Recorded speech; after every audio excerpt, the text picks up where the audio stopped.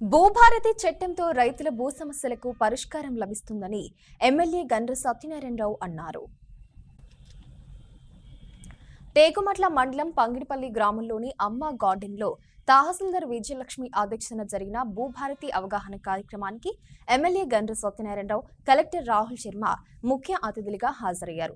భూ సమస్యల శాశ్వత పరిష్కారం కోసమే కాంగ్రెస్ ప్రభుత్వం భూభారతి చట్టాన్ని తీసుకొచ్చినట్లు తెలిపారు.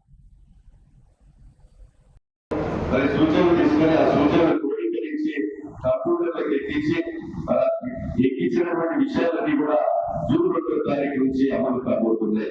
మేము ఒకటే ఆలోచన చేయాలి. ఇవాళ ఇంతకుముందు కలెక్టర్ గారు చెప్పినట్టుగా 30 రోజుల్లో తహసీల్దార్కి అవకాశం ఉంది.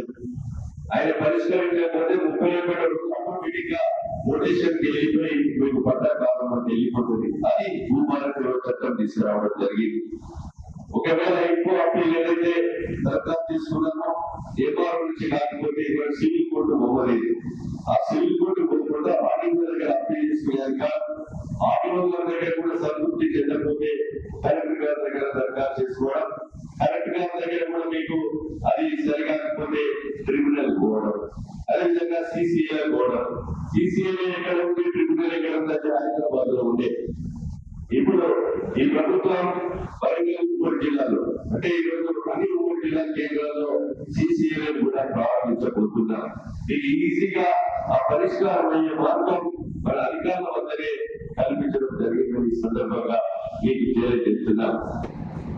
భూభారతి చట్టం మీద ఆడియో గారు నిర్ణయంగా ప్రెజెంటేషన్ చూసాను.